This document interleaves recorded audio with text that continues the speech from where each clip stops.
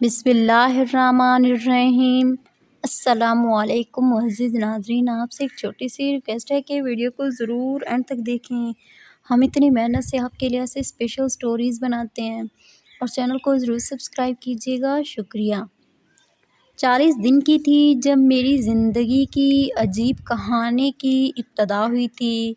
گھر میں جہاں خوب سے خوب تر خوشحالی کا پودا تن آور درخت بن رہا تھا، میرے وجود کی آمد کو خوش بختی خیال کیا جا رہا تھا۔ بے شک گھر میں خوشحالی تھی مگر میرے نصیب میں نہ تھی۔ گھر کے سبھی افراد خوش مزاج تھے، تاہم میرے ساتھ ان کا رویہ روز بروز عجیب ہوتا جا رہا تھا۔ میں ابھی بچی تھی، کچھ سمجھ نہ پاتی۔ امی ابو خریداری کو جاتے تو امارہ اور سلمیٰ کو ساتھ لے جاتے، جبکہ مجھ کو چھوٹے بھائی فرحان کے ساتھ گھر چھوڑ جاتے۔ سمجھتی کہ یہی میری ڈیوٹی ہے۔ اپنے والدین سے میں نے کبھی کوئی شکایت نہ کی۔ مجھے نازِ برادریوں کی عادت ہی نہ ڈالی گئی تھی، اس لیے کسی بات پر بھی ضد میں نہ کرتی تھی۔ ایک بار عید کی خریداری کو میرے 3 بہن بھائی گئے مگر والدین مجھ کو ساتھ نہ لے کر گئے کہ گھر کے تمام کاموں کا بوجھ میرے کندھوں پر تھا۔ وہ سب اپنی اپنی پسند کی چیزیں لے کر خوش خوش ہو کر گھر واپس آ گئے، مگر میرے لیے کچھ بھی نہیں لے کر آئے تھے۔ میری آنکھوں میں آنسو آ گئے۔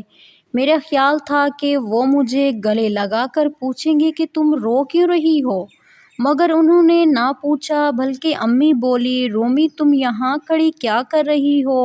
ہم تھک کر آئے ہیں، ہمارے لیے چائے بنا کر لاؤ۔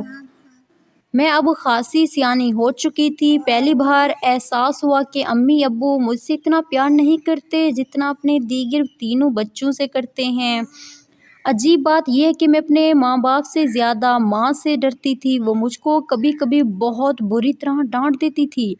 سب سے بڑا ستم جو ہوا وہ یہ کہ مجھے کوئی بھی اسکول نہ بھیجا گیا۔ شروع میں اتنا احساس نہ تھا، جوں جوں شعور کے زینے چڑھتی گئی، میرا سامنا تنہائی کے اسیب سے ہونے لگا۔ تب پڑوسن خالہ مجھ کو پڑھانے آنے لگی تو بھی تنہائی کا بھوت دور نہ ہوا تھا۔ آہستہ آہستہ یہ اسیب مجھ پر قبضہ جمانے لگا، میری شخصیت ہوتی گئی۔ اب مجھ سے جو کرنے کو کہا جاتا بنا چوں چاں کرتی، کوئی سوال کیے بغیر میں نے بولنا تک چھوڑ دیا۔ لگتا تھا آہستہ آہستہ زندگی سے دور ہو رہی ہوں۔ میری سنجیدگی، میری خاموشی کو کسی نے بھی نوٹس نہ کیا۔ ماں باپ کے ہوتے ہوئے میں یتیموں جیسی ہو گئی تھی۔ والدین کی محبت کا مجھ کو کوئی تجربہ نہ تھا۔ تنہائی کی اس قدر عادی ہو گئی کہ گھر والے چلے جاتے تو بھی اپنے کام کاج میں مشغول رہتی۔ ایک روز جب گھر کے سب افراد چلے گئے، میں اکیلی تھی۔ دروازے پہ دستک ہوئی، پڑوسن سے خالہ آئی تھی۔ میں نے ان کو کمرے میں بٹھا دیا، بتایا کہ امی ابو اور تینوں بچے خریداری کو بازار گئے ہوئے ہیں اور تم کو وہ گھر کے کام کاج کے لیے چھوڑ گئے۔ کوئی بات نہیں خالہ، میرے چھوٹے بہن بھائی باہر جانے سے خوش ہوتے ہیں، ان میں مجھ میں کوئی فرق تو نہیں، وہ خوش ہیں تو میں بھی خوش ہوں۔ تب خالہ نے ٹھنڈی سانس بھر کر کہا، کیا کیا جائے، تیرا باپ بھی تو نہ جانے کہاں چلا گیا اور ماں تیری شادی کر کے دوسرے کی ہو گئی۔ اس کو اس مرد کے بچے تو دکھتے ہیں پر تو نہیں، نہ جانے تیری ماں کی ممتا کو کیا ہو گیا۔ بار بار میں ان کی بات پر حیرت سے ان کے چہروں کو تکنے لگی۔ پوچھا، خالہ سچ بتاؤ، کیا یہ میرے حقیقی باپ نہیں؟ جو کہنا تھا کہہ دیا بیٹی، نہ کہلواؤ جو میں نہیں کہنا چاہتی۔ آپ نے بات منہ سے نکال ہی دی تو اب پوری بات بتا دیں۔ کیا امی بھی میری نہیں ہے؟ یہ مجھ سے ویسا پیار نہیں کرتی جیسا میری چھوٹے بہن بھائیوں سے کرتی ہے؟ ہاں بیٹا، ایسا ہی جانو، ماں بھی مر گئی تیری، لیکن اب تم نے انہی کے پاس رہنا ہے۔ اب تیرا اس دنیا میں کون ہے ان کی سوا؟ خالہ کی باتیں میری سمجھ میں آ بھی رہی تھی اور نہ بھی آ رہی تھی۔ مجھ کو حیران اور پریشان دیکھ کر وہ بولی، بیٹی ریحان صاحب کی اولاد نہ تھی اور وہ دوسری شادی کرنا نہیں چاہتے تھے، اس وجہ سے تجھ کو اپنے مزار سے لے لیا گیا تھا۔ جب اولاد ہو گئی تو ان کو اپنے بچے پیارے لگنے لگ گئے تھے اور تجھ کو ایک جانب کر دیا۔ یہی سچ ہے، سارے محلے میں ایک میں ہی ہوں اس راز کی گواہ۔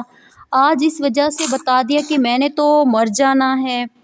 تجھ کو اصل حقیقت کوئی بتائے یا نہ بتائے، شاید میں بھی نہ بتاتی، لیکن تیری حالت دیکھ کر دکھ ہوتا رہتا تھا۔ اور تمہاری ماں کی تبدیلی پر حیرت۔ پہلے پہل تو انہوں نے تم کو ایسا پیار دیا کہ دوسرے بچوں کے ہونے کے بعد تم انہیں بوجھ لگنے لگی ہو۔ اب تمہاری کوئی حیثیت نہیں، تم بس ایک مزار کی بیٹی ہو جو وڈیروں کی چوکری کے لیے ہی پیدا ہوتے ہیں۔ یہ سنتے ہی مجھ پر قیامت ٹوٹ پڑی۔ اب مجھ کو امی ابو کے رویے کی سمجھ آ گئی، اور نہ میرے ننھے سے دماغ میں یہ معاملہ ایک ڈور کی طرح الجھا ہوا تھا۔ اب ساری بات عیاں تھی، میں اتنا روئی کہ پہلے کبھی اتنا نہ روئی تھی۔ خالہ کو بھی دکھ ہوا کہ انہوں نے یہ سب مجھ کو کیوں بتا دیا۔ مجھے اب بھی یقین نہیں آ رہا تھا یہ سچ ہے، میں ان کی لیے پالک ہوں، یہ میرے ماں باپ نہیں ہیں، اور اصل ماں باپ کوئی اور ہیں۔ کیا میں اب اس دنیا میں لاوارث، بے آسرا اور بے سہارا ہوں؟ وہ گھر جس کو میں اپنا گھر سمجھتی تھی اب مجھ کو پرایا لگنے لگا تھا۔ لمحوں میں ہی دل نے اس گھر سے شناسائی کے سارے رشتے توڑ دیے۔ تاہم ایک موم کی امید اب بھی باقی تھی کہ شاید خالہ غلط کہہ رہی ہوں۔ جب کسی کو بھی پتہ نہیں تو خالہ اس راز کو کیسے جانتی ہیں؟ میں نے پوچھ ہی لیا، خالہ یہ سب آپ کیسے جانتی ہیں؟ جب تمہارے والدین نے یہ گھر خریدا تو محلے میں بس یہی 2 گھر تھے، ایک تمہارے والدین کا اور دوسرا میرا۔ باقی محلے کے مکانات بعد میں رفتہ رفتہ تعمیر اور آباد ہوئے تھے۔ تبھی تمہاری امی اور میرا زیادہ وقت ساتھ گزرا، ہم دونوں تقریباً سارا دن ہی ساتھ رہتی۔ خالہ یہ کہہ کر اٹھ گئی، وہ تو اپنے گھر سکون سے چلے گی، لیکن میری زندگی کا چین تس نس کر گئی۔ ان کے جانے کے بعد جوں جوں میں غور کرتی جاتی، سب باتیں میری سمجھ میں آتی جاتی۔ مجھے اس گھر میں وہ مقام اور اہمیت کیوں نہیں ملتی جو میرے بہن اور بھائیوں کو حاصل ہے؟ ماں کیوں بات پہ بات مجھے ڈانٹتی ہیں، اور باپ گھر آتا ہے تو میری طرف دیکھنا بھی پسند نہیں کرتا؟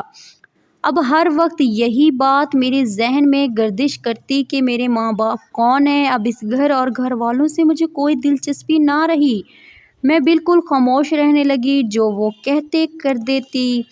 ان دنوں میری بے بسی دیکھنے لائق تھی، سوچتی کاش خالہ یہ سب مجھ کو نہ بتاتی۔ انسان اس وقت تک سکون میں رہتا ہے جب تک وہ باخبر نہیں ہوتا۔ آگاہی بے چینی کو جنم دے دیتی ہے، چنانچہ میری آگاہی بھی میرے لیے عذاب بن گئی۔ میں ہر وقت ایک انجانی سی آگ میں جلتی رہتی تھی۔ میرا صبر شدید، میرا وہ اعتماد تھا جو میں نے اپنے ماں باپ پر کرتی تھی۔ اعتماد ٹوٹا تو صبر کی دولت بھی مٹی میں مل گئی۔ دل کا پیالہ اب ہر وقت آنسو سے لبریز رہتا کہ ذرا سی جنت سے جھلک جاتا، اور آنکھیں اس پانی کو اپنے اندر روک نہیں سکتی تھی۔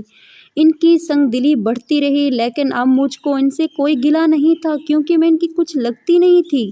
پہلے تو میں ان کی بے رخی، ڈانٹ اور ناانصافیاں اس لیے برداشت کر لیتی کہ سمجھتی وہ میرے والدین ہیں، جو چاہیں میرے ساتھ کر سکتے ہیں، یہ ان کا حق ہے، اور میں ان کی فرما برداری سے ان کی ہر بات مانتی تھی۔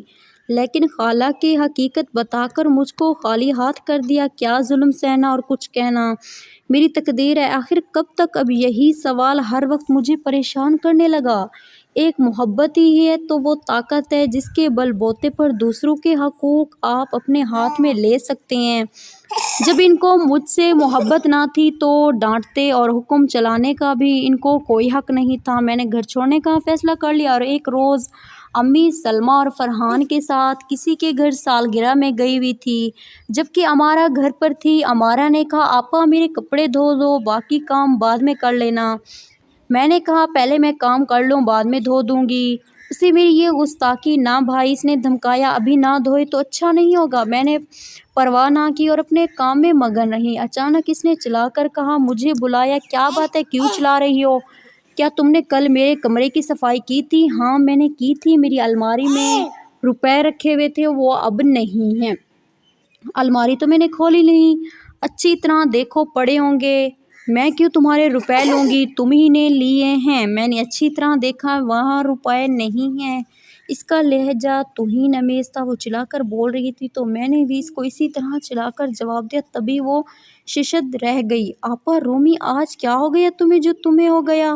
تمہیں کیا ہو گیا؟ میں تو روز ہی ایسے بولتی ہوں، تو میں بھی روز اب تمہارے ساتھ ویسے ہی بولوں گی جیسا تم بولو گی۔ میں نے کہا، بات کو گھماؤ مت، میرے روپے واپس کر دو ورنہ امی سے مار پڑواؤں گی۔ یوں ہماری لڑائی